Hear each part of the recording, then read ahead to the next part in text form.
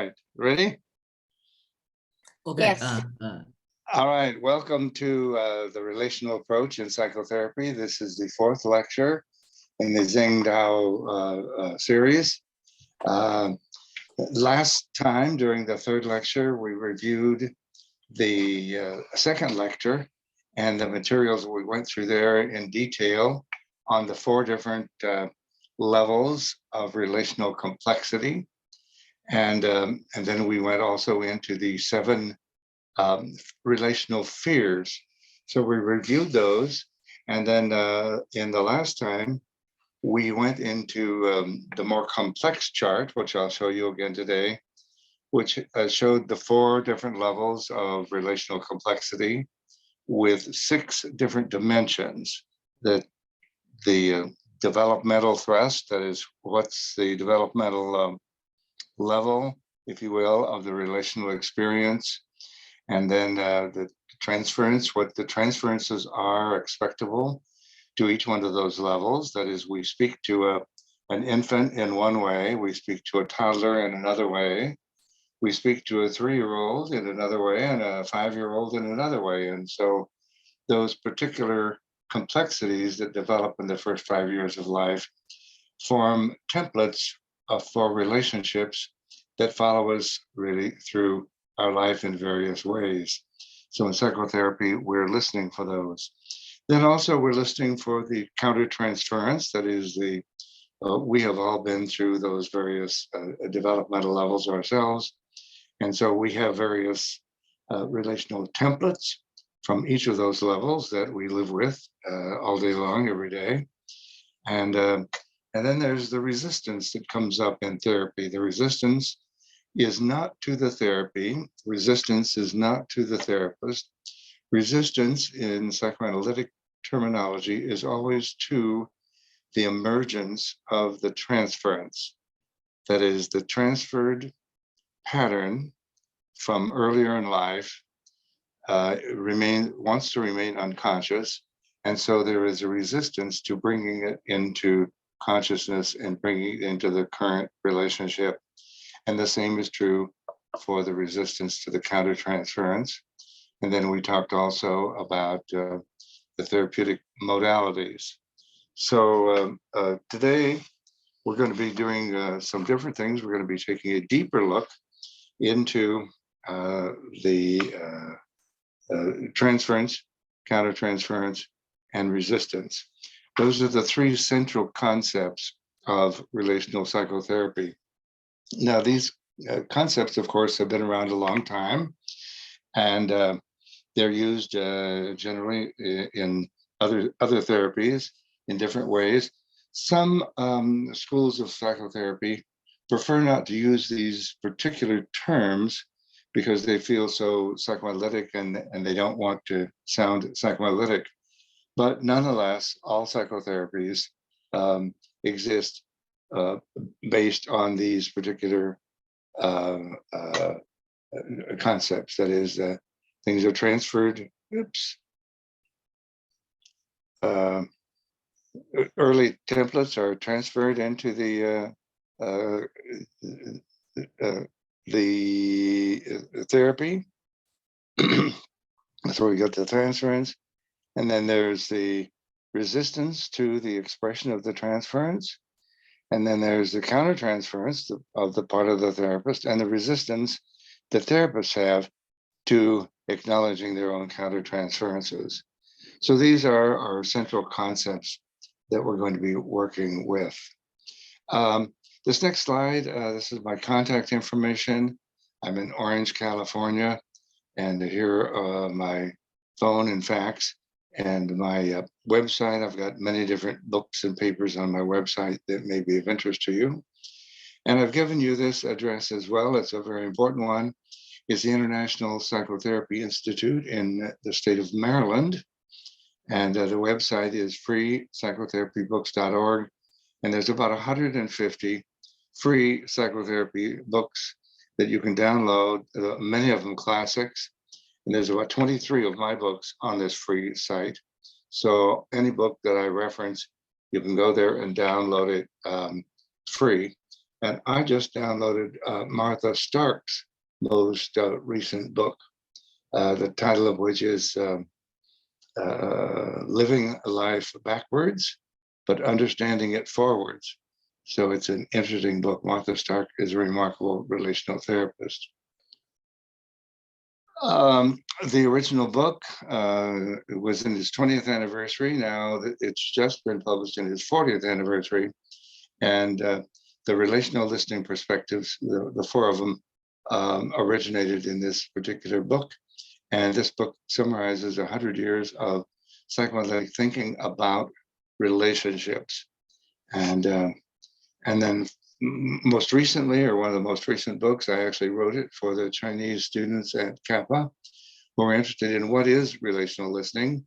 And it's a short book, but it covers the concepts of relational listening. So if you're interested in reading more, I suggest this is the place to start. And it's $19. All my books are now $19 at Amazon, or free on that free website if you wanted to download them. And here are the four developmental listening perspectives. We've looked at this chart several times. We read it from the bottom up. The organizing experience down here, this particular set of relational templates date back to the 4 months before and after birth. Then 4 to 24 months, the symbiotic or the bonding experience or the attachment experiences. There are a set of templates here that each of us develop here. And then in the 3rd year of life, the narcissistic experience. And the 4th, 5th, and 6th, 7th year of life is where children learn to narrate their experiences, and they learn to relate in triangles. And we talked about all of these in detail last time. Then there's 7 relational fears that are associated with them. And here are the two fear books that you can download free. One is Overcoming Our Relational Fears, and this is the outline of all 7 fears. And then there's a workbook, because fears exist in our bodies. And so this is a body psychotherapy book, workbook, trying to locate where in our body certain fears are stored. And here, again, reading from the bottom, the 2 fears, 4 fears, 6, 7 fears, and the 4 listening perspectives. We went over this in detail in the last 2 lectures, but I wanted to just review us where we're moving. We're going to do something different today. The next book that I would recommend for you to read is going to be Relational Interventions. And in lecture 7 and 8, I'm going to be drawing heavily from this particular book, because it's treating borderline, bipolar, schizophrenic, psychotic, and characterological personality organizations. And so we'll be looking at that then. And here is the more complex chart. Again, all these charts are parallel. Here you have the plus or minus 4 months, and that's the developmental level, and then the 4 and on up. And so today we're going to be looking more deeply at the transference reactions, at the countertransference reactions, and part 2 of this chart, the resistance reactions.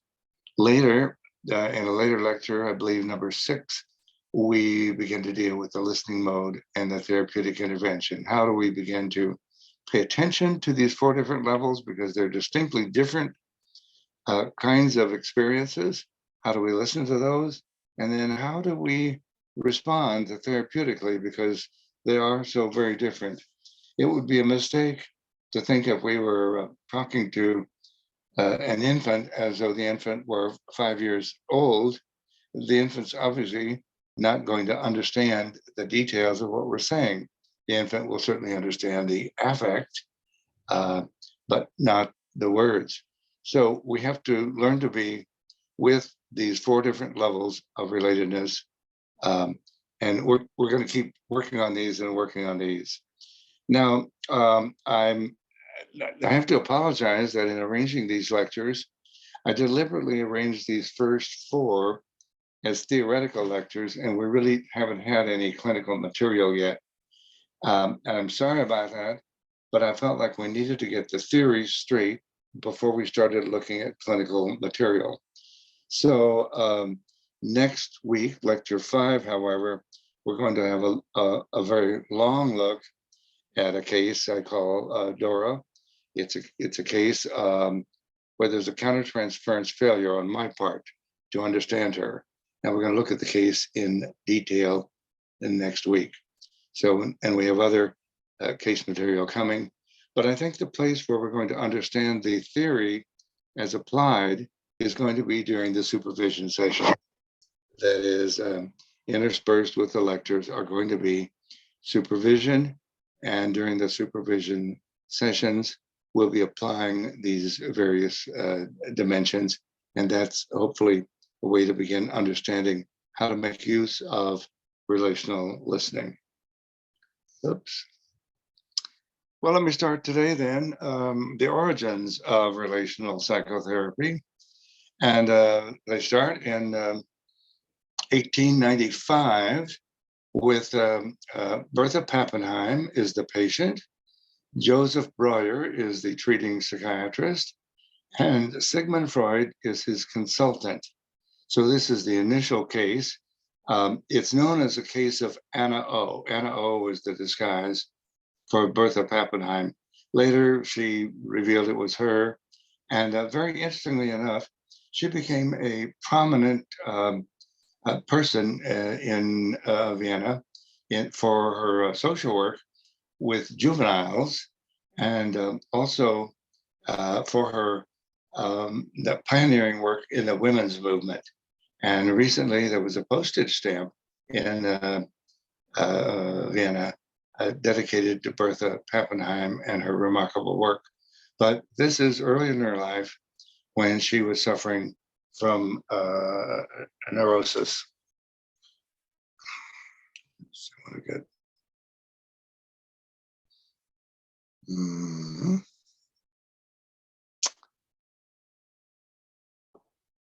All right. It's been now more than 100 years since Bertha Pappenheim invented psychoanalysis. It was she who first called it the talking cure. And she was in analysis with Joseph Breuer. He was a devoted doctor and went considerably out of his way to treat her. That is, she had a great many symptoms, and he assumed that they were hysterical symptoms. And so she would often call in some kind of an emergency state, and he would either go to her house, or in the summer, he actually took a train ride out in the country to her summer house to be with her. At some days when she wouldn't eat, he actually fed her chicken soup himself. And he did a number of things trying to help Bertha get rid of all of her physical symptoms. She had many, many physical symptoms. Now, the relationship metaphor that she used was she was spending her days all day long in dreamy clouds, she said, until her doctor every evening came to penetrate her unconsciousness with hypnosis, thus relieving her agonies like a chimney sweep. Now, those metaphors, dreamy clouds being pierced by the doctor and feeling cleaned out like a chimney sweep, they're certainly not going to be missed by modern analysts, and I don't think Dr. Breuer missed them either. Nor would the timing of the onset of her illness be missed by most therapists today. It was shortly after the onset of the death of her very dear father. So devoted as he was to his care, his wife simply did not understand, because he was devoting so much of his time and his energy to Bertha. She was really getting, they'd been recently married, and she was really getting quite jealous. So she understood some things about Bertha that Dr. Breuer wasn't quite understanding as well. And so finally he was exhausted. He was feeling that his new marriage wasn't going very well because of all of the time and energy he was putting into Bertha. So he decided that he was going to begin using just straight on suggestion on each one of her symptoms, hypnotic suggestion, to make the symptoms go away.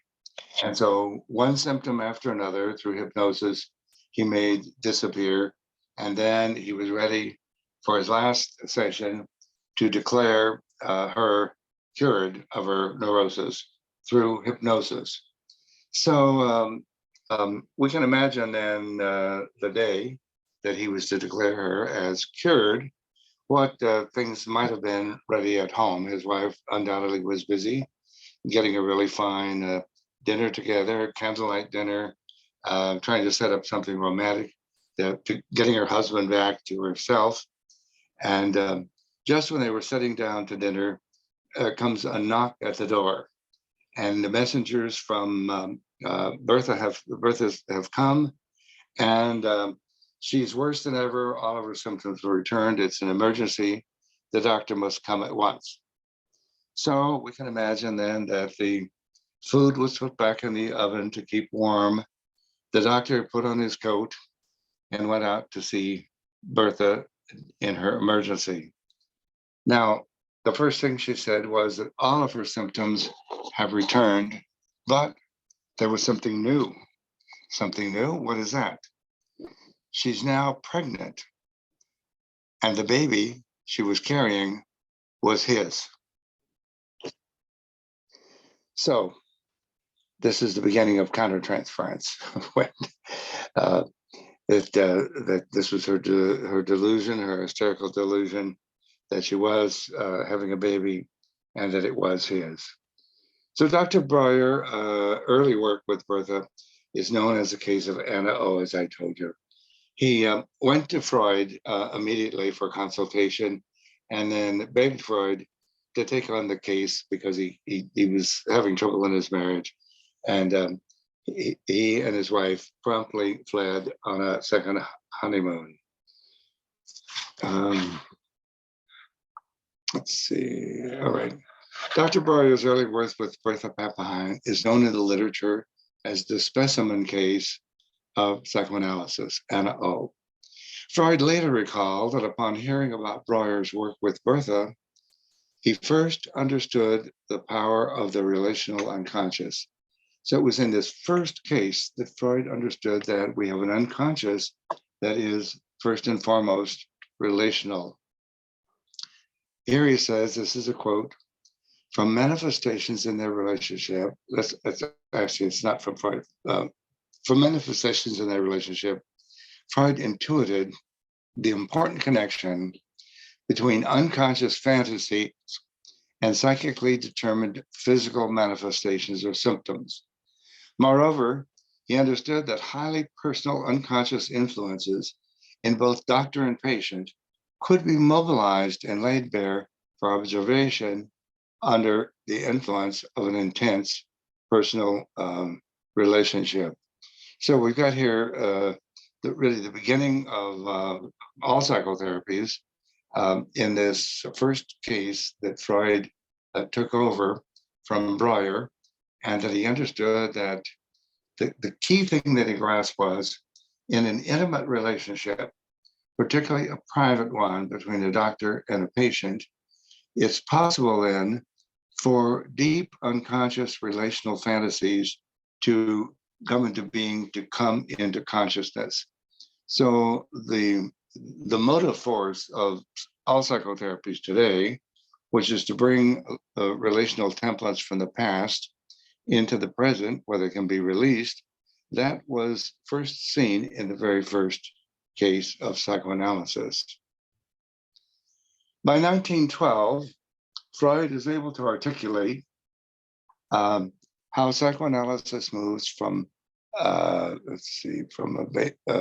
understanding of the ways one person experiences another. And he was very deliberate in that, each person is having an experience of the other, and he could see that the deep unconscious could be encountered that way. Freud defines the analyst's role as being like an opaque mirror, an image you all heard about before, a mirror that you can kind of see through, whose relationship function is to elicit and then to reflect through interpretation these intense and recurring personal unconscious experiences, which he termed the transference. Okay. Freud discusses in that paper in 1912 the nature of the transfer of unconscious relatedness patterns from one emotional relationship to another, and how this tendency reappears in the intimacy and privacy of the analytic relationship. By now, we know that the transfers occur in all intimate relationships. And so often what we're dealing with when we're working with couples or families, we become aware that in the intimacy of the family relationship, the same sort of thing is happening. It's drawing out the relationship patterns from very early childhood. The memories of old fears and hatreds, neglects, abusive intrusions, loves, and seductions all become reactivated, not so much as Freud had anticipated in the progressive unfolding of free association, but rather in the context of the evolving relationship with the analyst. That is, Freud was having people free associate, and he was thinking that the important content was going to come from the things that people said, from the slips of the tongue. But what he began to realize is the crucial content for psychotherapy isn't what people say, it's the way people relate to us and to other people in their lives. So that the important and disturbing parts of human beings happen in the context of relationships.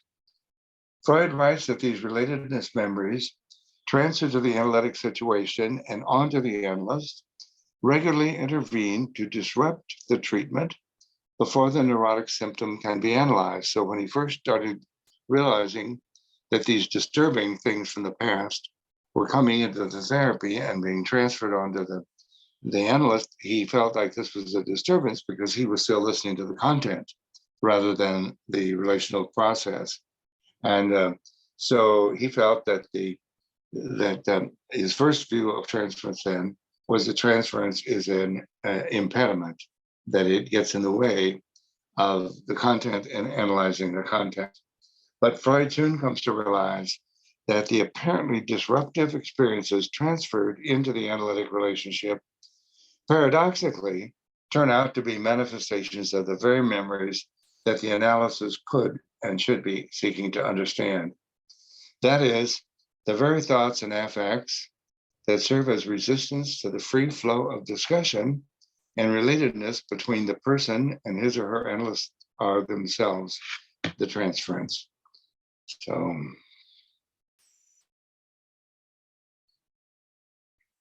all right.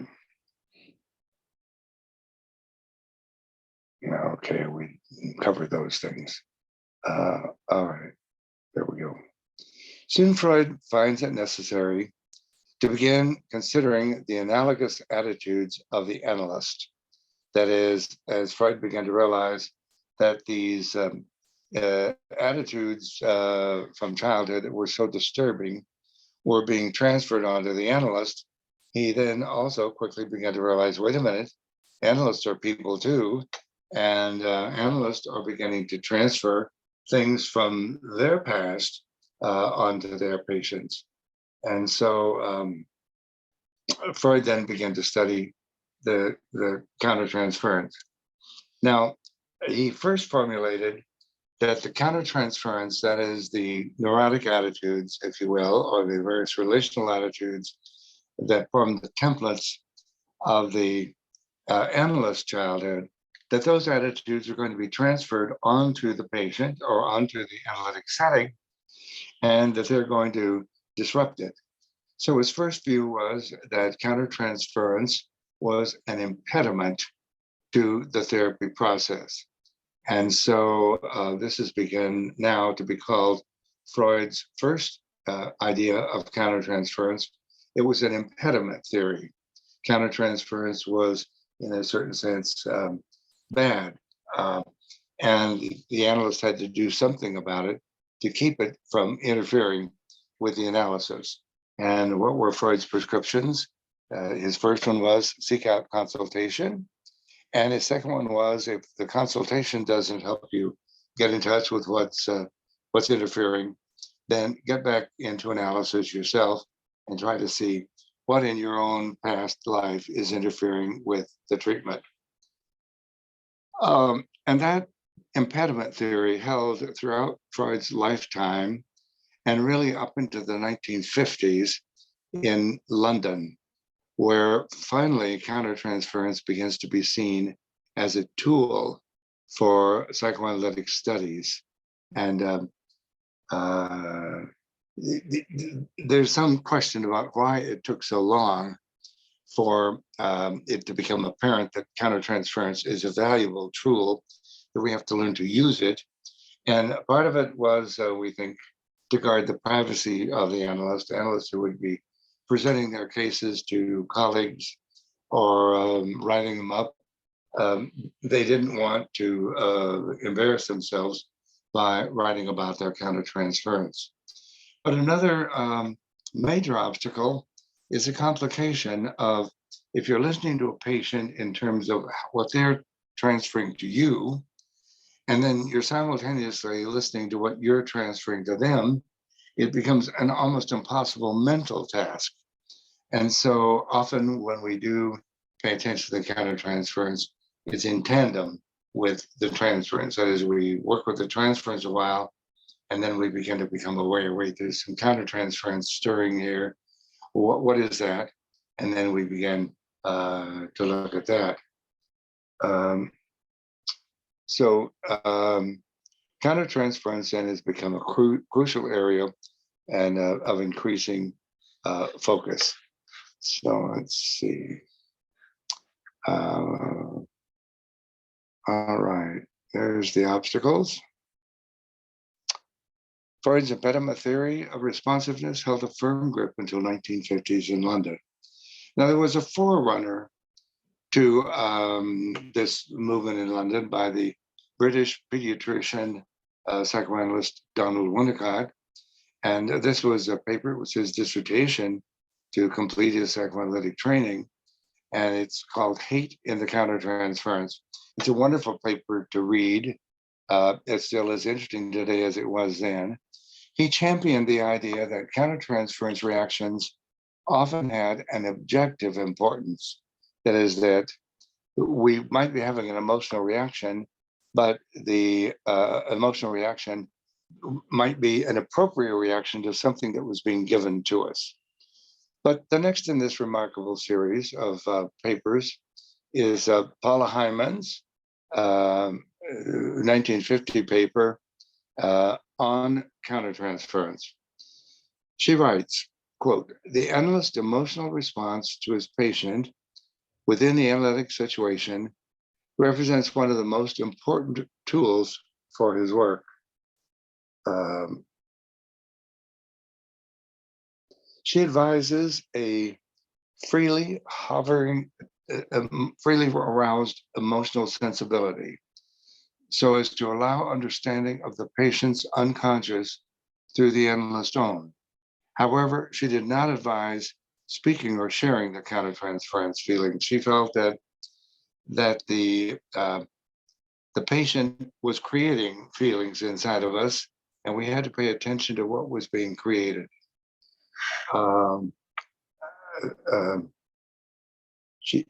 Margaret Little wrote the next series of papers in 1951, and then they were collected in a book called Neurosis, Transference Neurosis, and Transference Psychosis. She maintained that all countertransference feelings might be useful, and that the analysis often cannot go forward adequately without the feelings of the analyst taking center stage at certain points. And in her papers, she wrote about a series of different cases, and then began to share the intensity of the countertransference, and that at certain times the countertransference had to be spoken into the therapy in order to bring to light what was going on between the two people. So she's really the first person that openly advocates there being times in which the countertransference must be spoken and brought into the therapy. Little discusses how and whether, under what conditions, the analyst might usefully communicate his or her feelings to the patient. Now, contemporary studies center on issues of when and how to make systematic use of countertransference for developing and sustaining intense emotional relationships.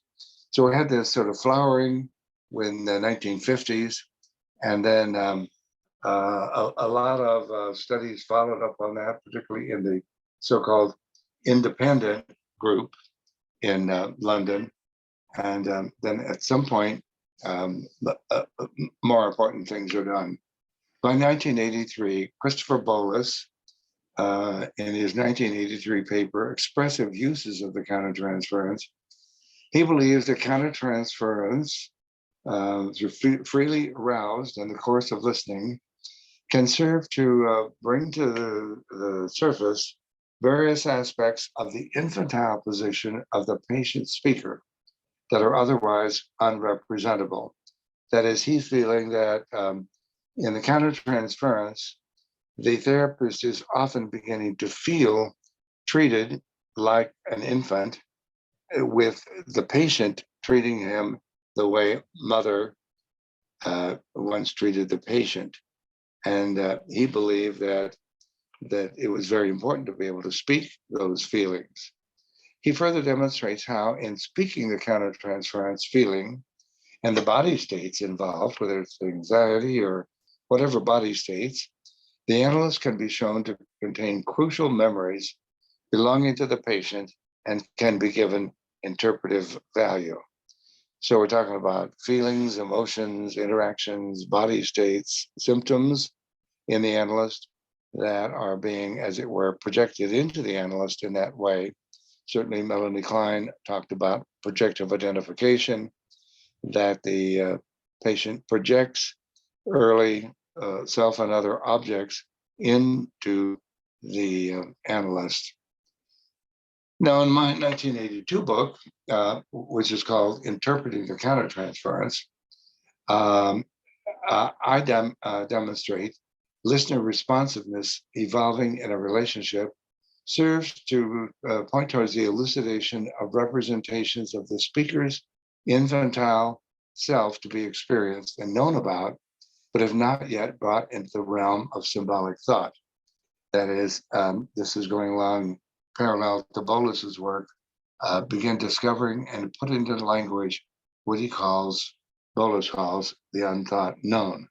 Now, the case that I'm going to present next week of Dora is the opening case of this 1992 book. And it's the place in which I fully came to understand the way this countertransference works.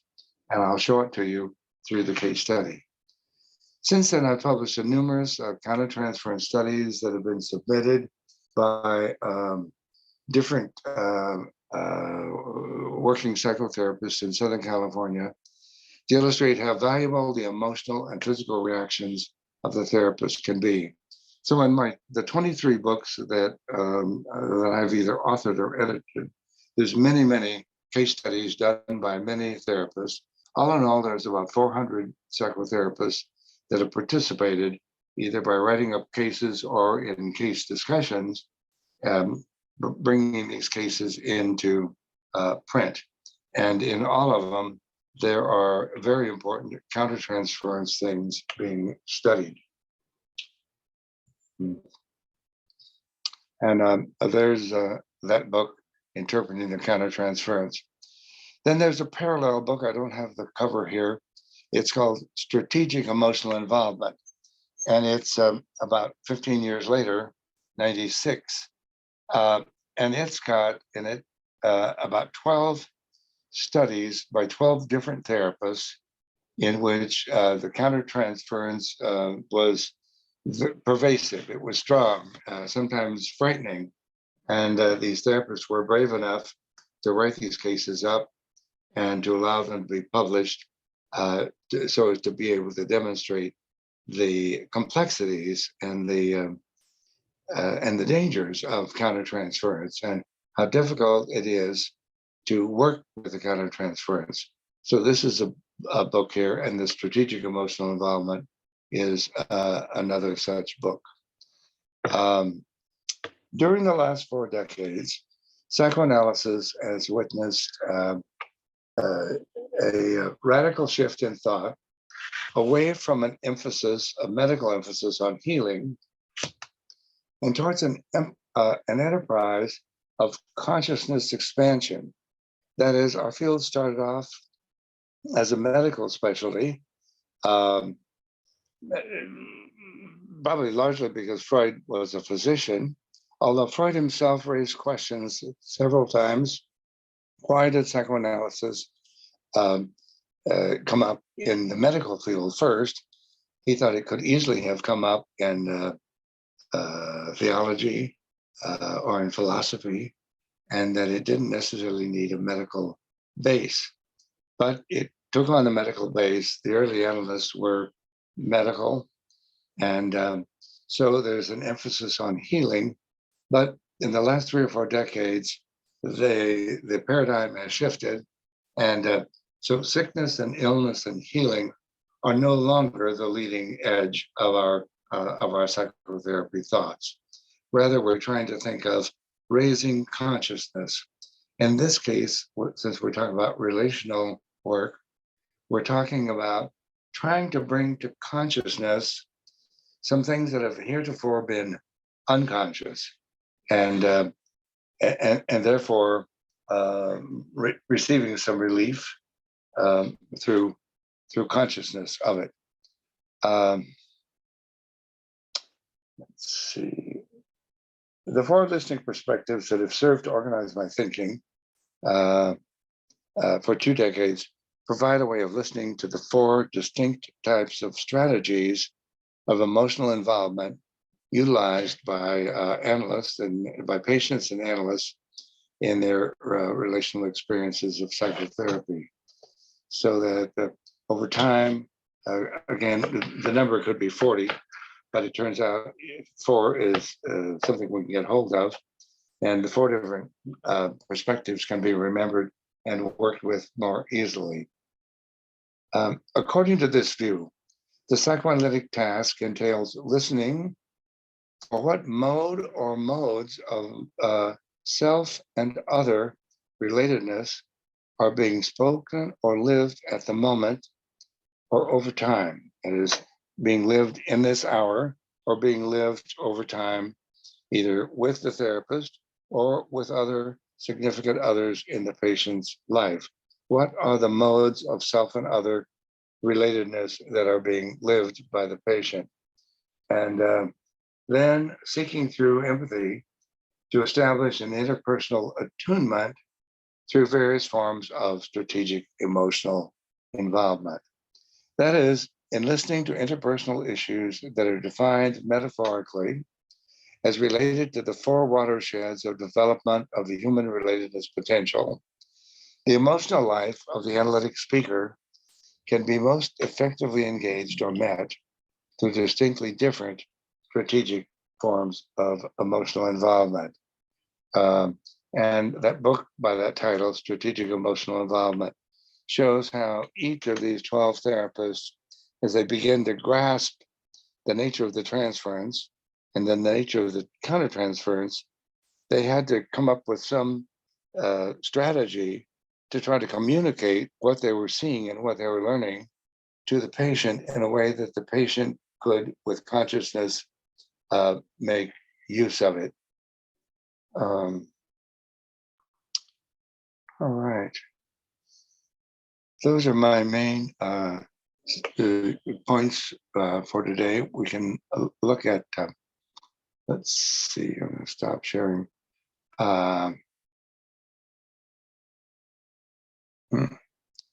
That's me. All right.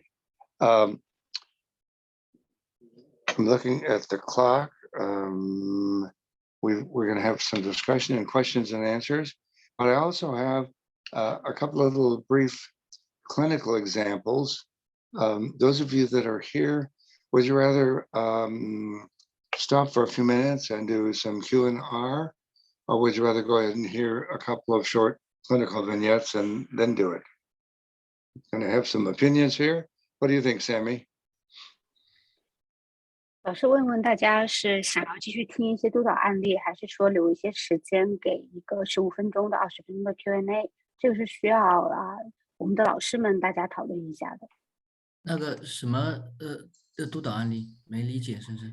老师说他在今天的这个演讲当中可能会夹杂一些自己的一些案例或者是一些督导案例，然后跟我们进行分享。那所以说现在想跟在座的老师们商量一下，你们是想多听一下关于这些案例呢，还是说希望到最后还是有这个15到20分钟的一个提问时间呢？那我就代表大家了哈，先听老师讲吧，然后我们最后再讨论吧，可以吗？Yeah. Please, Larry, please go on with your clinical study sharing. And then if we have any question, even for 5 minutes, then we'll ask question. Would that be okay? Okay, fine. Let me do some screen sharing again. I have a different piece I want to show you here. Let's see. This is Aaron.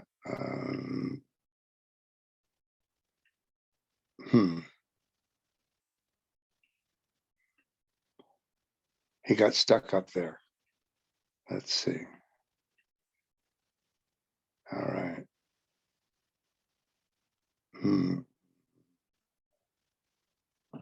Let me go back to my screen here.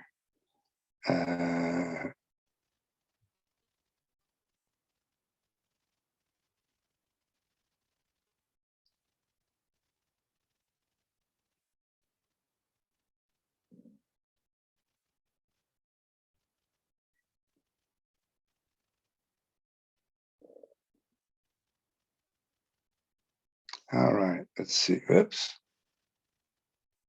Sorry about that. I have one thing on top of another. I have to get them sorted out here. Okay. All right. Let's see if I can do that. Not going to be able to do it.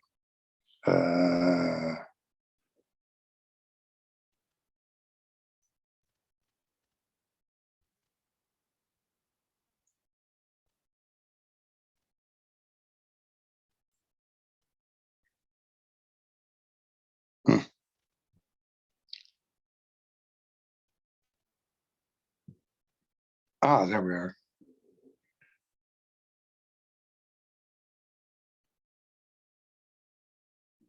Got it. Sorry about that.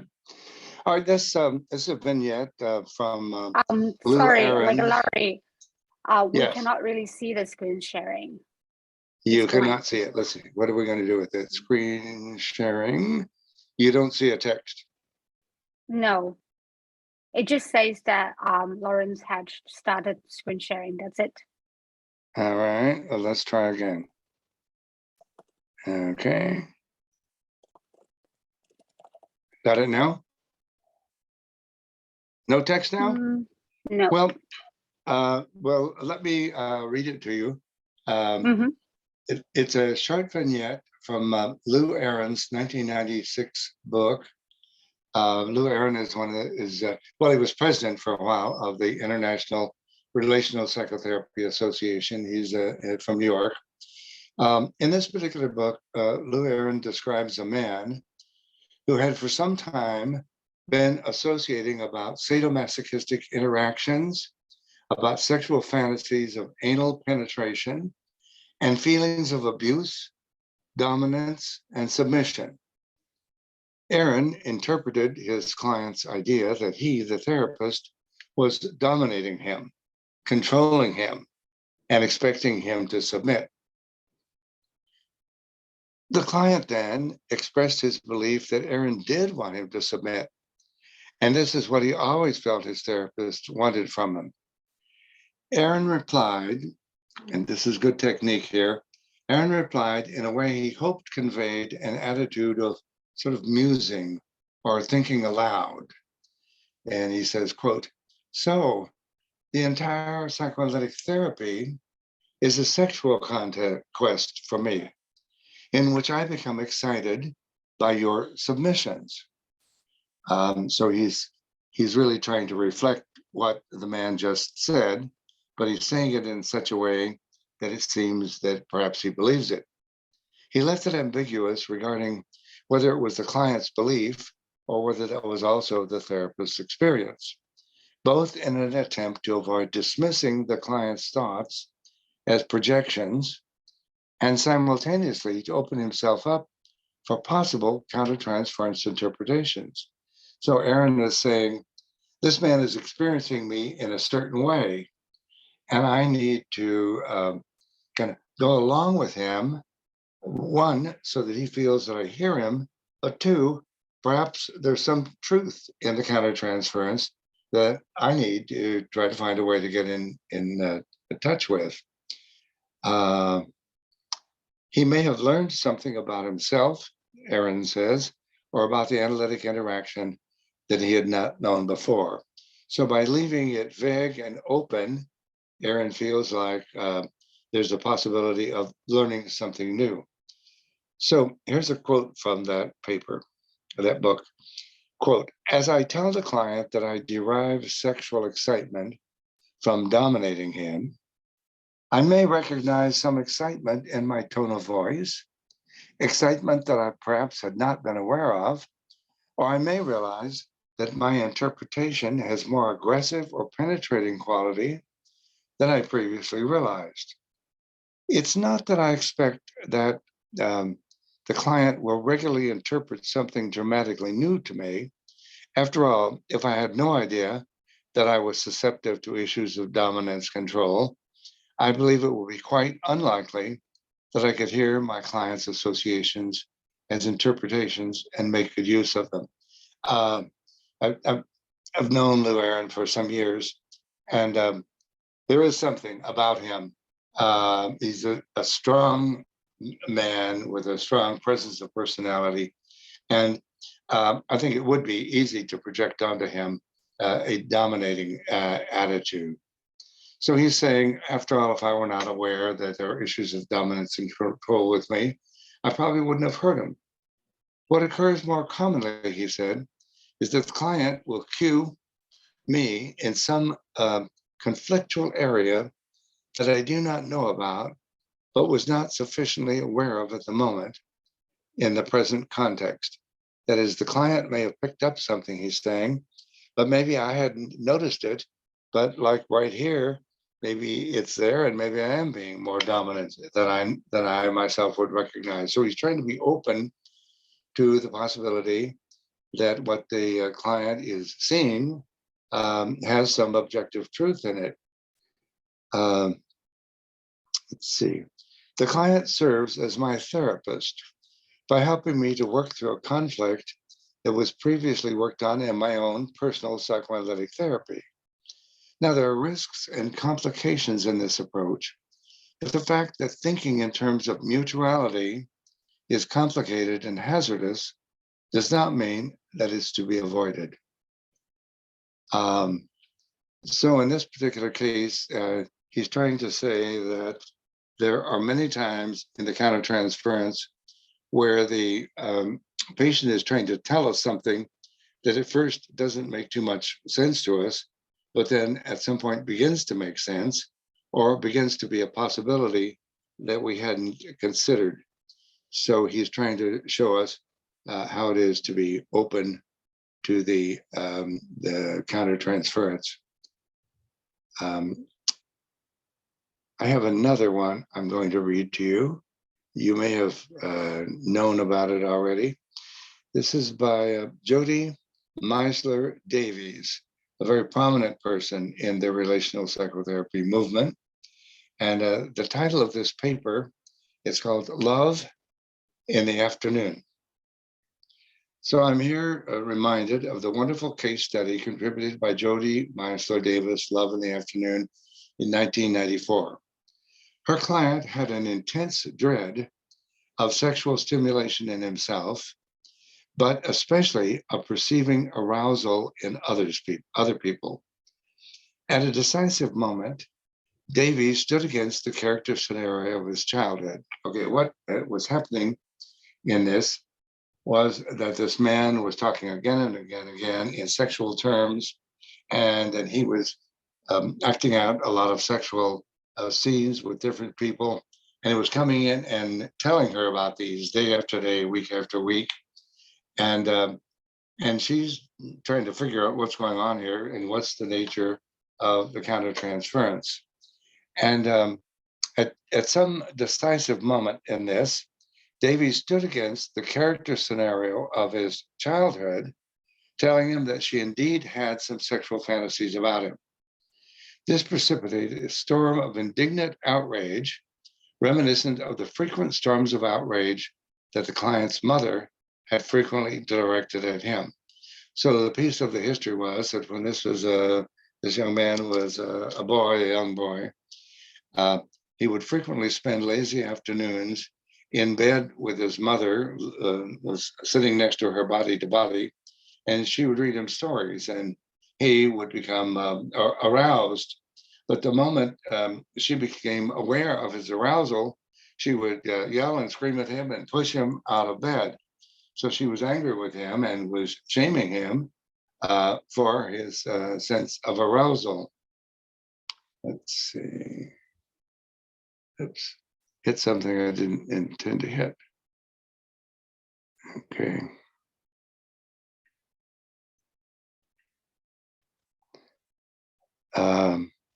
So in this, what was replicated here was that this client was overstimulating Davies. She was trying to figure out what was going on, and finally she realized this is a sexual thing, and I've got to deal with it, frankly, as a sexual thing. And it precipitated this storm of outrage, and he directed this, and he often recalled against her body, her reading exciting stories to him. Mother would realize he was pleasurably in ecstasy, enjoying it, and then she would become outraged. Dynamically, the mother would seduce the boy with delicious, incestuous relating. And then when she sensed that he was enjoying and feeling aroused by the relating, she would become indignant, angrily, and push him away, shaming him. So little wonder that he had been totally unable to sustain any sexual relationships as an adult, that he went from one woman to the next. Davy's client had continued to regale her with tantalizing sexual imagery for some time, which she had been deflecting, thinking it wasn't, that the sexual imagery wasn't the important thing. But as her analytic curiosity allowed her to consider, wait, what is all this about for him? As she began to live with the countertransference, she found herself having sexual fantasies, and at this critical juncture, told him so. His sudden indignant outrage served momentarily to frighten and shame Davies, and it repeated how cruelly his mother had raged and shamed at him as a young boy. And it perhaps also signaled his realization that delicious, perverse scenario with his therapist was crumbling and slowly coming to an end. In my view, her intervention was directly to the point and did serve to bring a long festering, internalized erotic scenario directly under analytic scrutiny. She dared to stand against the scenario by declaring that all of his sexual talk and imagery was indeed having an erotic impact on her, whether he wanted to think so or not. Although his instantaneous rage and outrage were momentarily intimidating to Davies, in the confrontation, she spoke what the boy's child self could not speak. That's the key thing. The child could not speak. That is, that he was stimulating her, and that it was both titillating, and invasive. And that in raging and shaming her, he was attempting to blame her for a mutually stimulating situation that he was deliberately instigating in which she was participating. So you can see the mother-child scene was being reenacted in a role reversal in the countertransference. So in a role reversal, he had given her in the countertransference the untenable position that he had been victim to in childhood. Her speaking up for herself, and therefore against what was happening, gave voice to the client's child self and unmasked the perversity of it all. That is, he could never say to his mother what she could say to him, which is, you're doing this to me, and I'm participating in it, and yet I don't like it, you don't like it, what is this all about? And but when she spoke it to him, it stopped it, and then the analysis could proceed without all of the sexual perversity in it.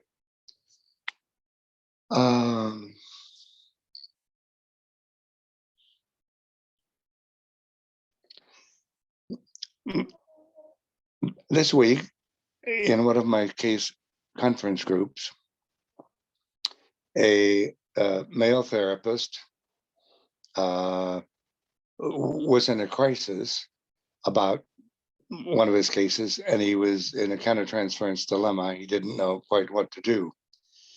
The circumstance was he had been seeing for a couple of years a young lady. Well, she was in her mid-30s, single, unmarried, never intended to marry, and never intended to have children. But she was very effective in her job in a school system. She worked in the schools and was quite a good worker. But she seemed to him very immature in many ways and naive. And so he could see her sort of as an organizing or borderline patient that he was going to be working with for a long time. And they had a good relationship, and they went back and forth.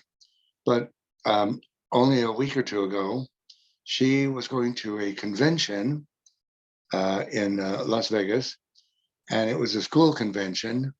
And one of the teachers from a vice principal, actually, from one of the schools that she worked at, was going to be there.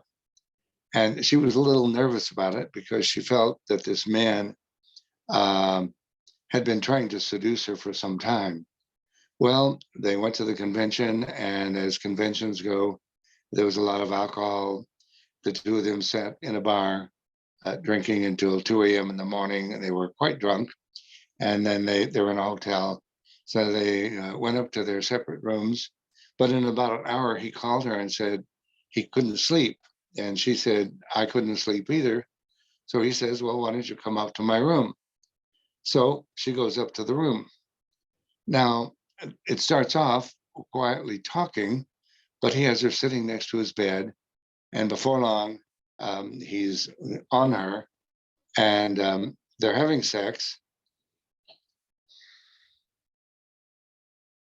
And with hindsight, she can't tell if she participated in it or if she was raped. He didn't ask for permission, and she didn't give permission, but it didn't feel comfortable to her. There's a part of her that did not want to have sex with him. Now, as our group studied with him, the obvious is there that if you're going to go to a convention drunk and you're going to go to a man's room in the middle of the night drunk, there's almost an invitation to some sort of sexual encounter. But the man was married with a couple of children. So there was something in her that felt guilty because she shouldn't be having sex with a father and a married man. So she brought the dilemma in, and she was very upset by it. And she was feeling really that she had been raped. So her therapist is busy trying to position himself in the countertransference to where he could help her. And so he was able to tell us, the group, that as he listened to the story, it felt more like a rape than it felt like consent. But he didn't want to talk to her about that. He didn't want to give her his impression because he felt like she needed to work on it for a while. So in the countertransference, he was struggling with wanting to help her with it, but not quite knowing how, and feeling that his own bias in it might interfere. So our group talked about it. We spent about an hour going over all the different possibilities, and the question of, did she consent by going up to his room? Did she not consent? And on and on and on. But the main thing that I'm telling you the story for was how trapped the therapist felt in countertransference, wanting to help her, but having his own bias about what she was saying, but not wanting to introduce his bias into her thinking. So we generally, our group of therapists, we generally felt that he was doing the right thing by remaining neutral, and that if he could slow things down and get her to think about it, maybe over a longer period of time, she probably would come up with a number of different ideas about it that would be helpful. And he was greatly relieved because he was feeling kind of an emergency with it, that she was feeling like an emergency and she had to get it settled. Was she raped or wasn't she? And she was expecting him to tell her, and he didn't want to tell her. And so he was frantic and uncertain.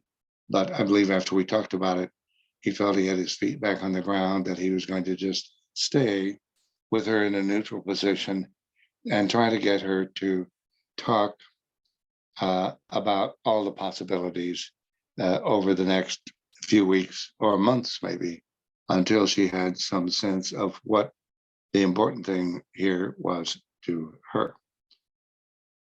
So those are my countertransference contributions. We have a few minutes left, and Sammy, will you lead us with questions and answers? Sure. All right.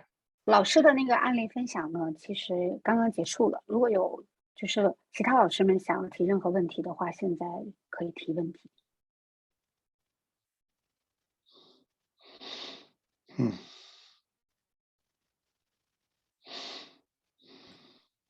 那我来先问一个问题吧。那个，今天老师的讲座里呢，谈到这个反移情是治疗师的工具，我想这一点现在有一定的共识。那么，这个反移情除了是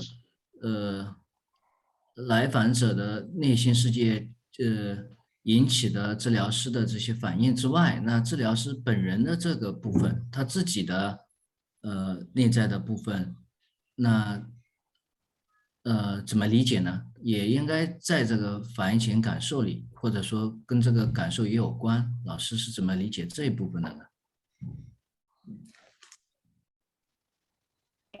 From today's lecture, you talk a lot about countertransference, and obviously, it is a tool for the therapist to apply during the session. But Jill, well, of course, like you mentioned in the PowerPoint, the countertransference is really the reflection of patient's internal reality, internal world. And Jill is wondering, what about for the therapist himself or herself? How do we really better understand the inner world of the therapist in the process of countertransference? Say that last question. How do we better understand the internal reality and internal world of the therapist in the process of countertransference? Good question. Good question. It seems like that's a very difficult task, and it's one of the reasons why it's so important that we have our own therapy, our own analysis, so that we have some sense of what the relational patterns are that we're carrying with us, so that when those come up in the countertransference, we have some sense that this is a part of me. And one of the things we're going to see in the case study next week is that the patient was bringing up some issues, but they dovetailed so closely with some of my own childhood issues that I could not tell the difference between them.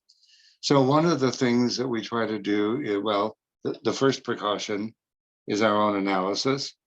And then sort of self-analysis when we work with clients. But when the countertransference is strong, then it's very important for us to follow Freud's initial advice to go for consultation. As this last example I gave you, this male therapist knew he was in some kind of trouble. He wasn't even certain what the trouble was, but he took it to our group of other therapists and said, here's what I'm struggling with it. Can you help me with it? And it was a very complex situation. So it took 6 of us an hour to just talk about it and come up with all of the possibilities. So that's the first thing is our own analysis. The second one is consultation with peers. And the third one is if it's persistent or strong, to go back to our therapist or to get back into therapy to work on it just a bit. As a person, I've been here in Orange County, California for 60 years, and I've been kind of the senior psychoanalyst for most of that time. And so many times when therapists are having trouble with their countertransference, they come and talk to me about it. And so either I have 10 different groups of therapists that meet and talk about cases together, but I do a lot of individual consultation as well. So I try to help the therapist with the countertransference, but then there's also over the years been therapists who felt that this particular patient was touching something very deep inside of them, and they felt like they needed to explore their own psyche more. And some of them were my patients, but a number of them were patients that had been in analysis maybe in Chicago, New York, or somewhere before they moved to California. So they couldn't go see their old therapist, but they came in and spent maybe a dozen sessions with me while we worked on what the issue was until they felt they understood it better. So we can never be sure, Zilly, which is ours and which is theirs.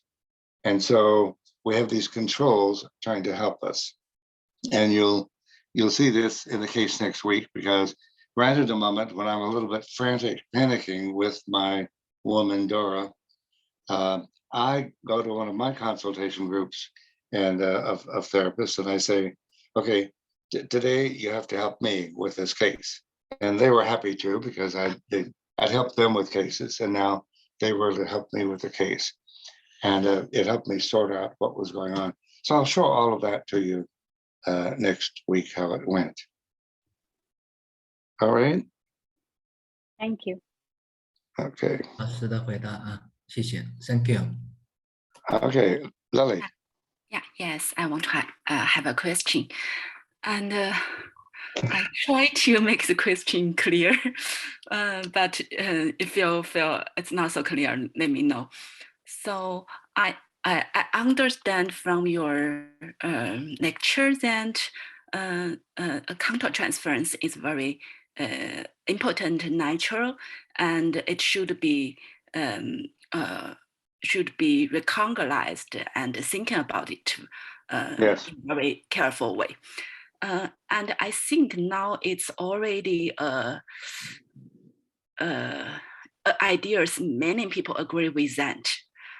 And I heard some ideas from some other relational psychoanalysts that they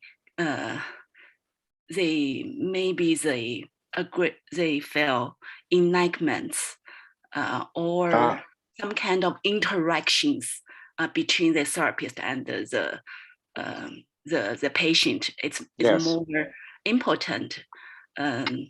So I want, from your examples today, I think it's more like to think about the countertransference and use Yes. it to understand Yes. the kind. Yes. I want to know the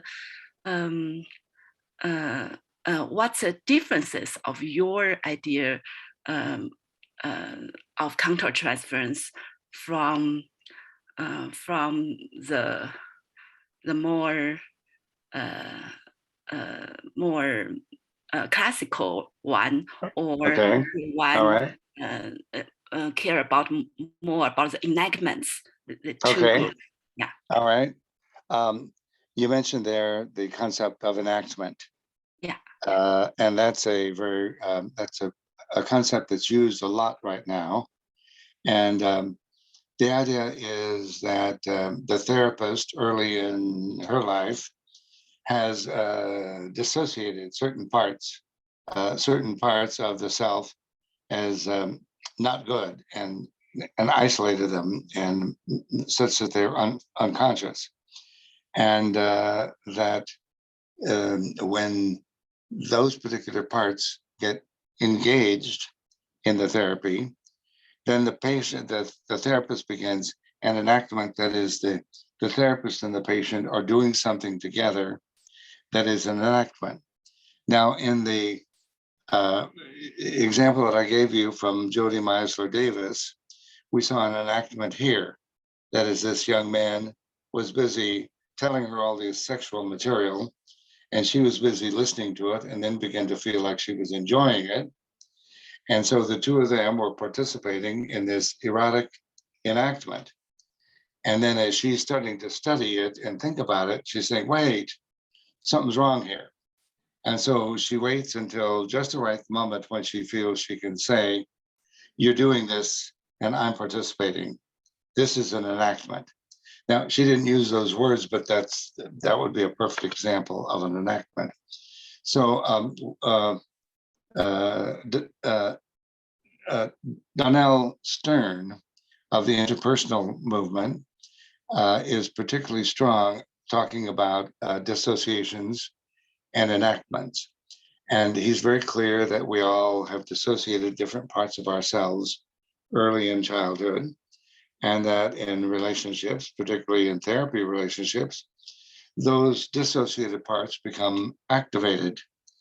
And so at some point, we're not quite sure what's going on, just like Jody wasn't. She thought something's going on here. And she was trying to be tolerant and liberal about, if this man wants to talk sex, that's fine, he can do that. But then at some point, she realized something else was going on, and something else was going on in her as well. So at some point, Donnell Stern talks about the enactment breaking when one or the other, and it could be the patient that sees it first, but whoever sees it first, he says, aha, I think this is going on between us. That is, there's a new idea that someone has. So the metaphor Stern uses is, it's like my patient and I are going down a forest trail, and there's bushes and brambles on either side catching onto our clothes. And we're thinking, we're being bothered by some of this, but we're not quite sure what it is until one or the other says, oh, this is what this is about. And at that point, the enactment breaks, because two people can see what they're doing. Now, the important thing about the way I'm formulating and this other way, there's many ways now of talking about the kind of transference. The important thing is that we are vulnerable to various kinds of enactments. And then we need to be aware of that, and we need to be aware that we could be constantly surprised by it. Earlier this week, I was working with a woman, a Chinese woman, actually, from out west. And she was having trouble, and she finally said, I don't think you like me. Actually, I like her very much, but that I don't think you like me.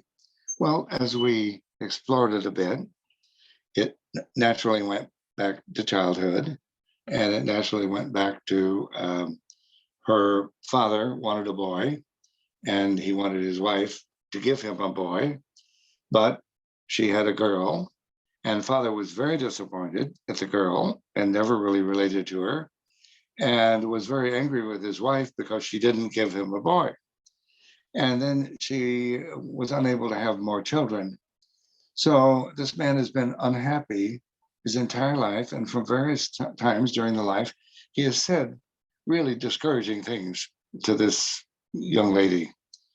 And she was feeling like her supervisor at work, who's also a man, maybe doesn't like her either.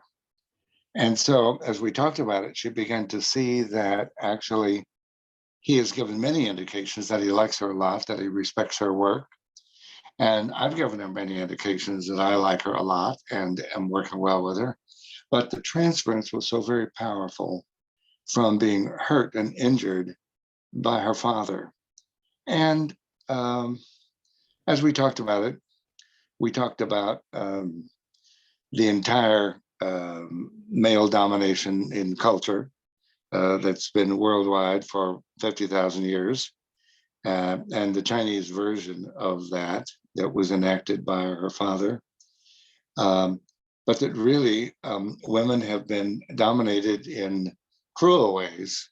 And so to a certain extent, just living in the world with men all around her that perhaps don't like women or are disappointed with women or whatever, that after a lifetime, she's just worried that she can't have a relationship with a man and feel safe that the man likes her. And yet, this is the interesting thing.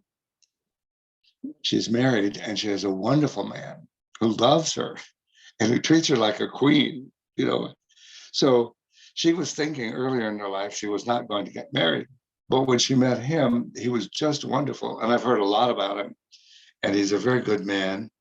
And so she had to search until she found a man who was openly positive with her. And we learned a new vocabulary. Are you ready for it? Male chauvinist pig. Can anyone translate that? Do you know it, Sammy? Yes, I do. Male chauvinist pig. Chauvinist is a French word. It goes back to Napoleon, the Emperor Napoleon, who was a dictator.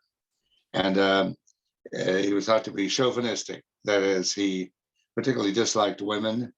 And so now in the women's movement in this country, when they're trying to appoint to a man that's particularly hateful of women, they'll call him a male chauvinist pig.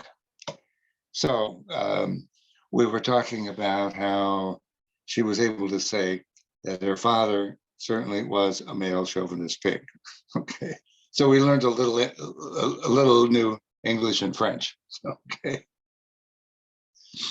so if there's a man that's particularly terrible, particularly outspoken, particularly mean and cruel and dismissive of women, here he's called a male chauvinist pig.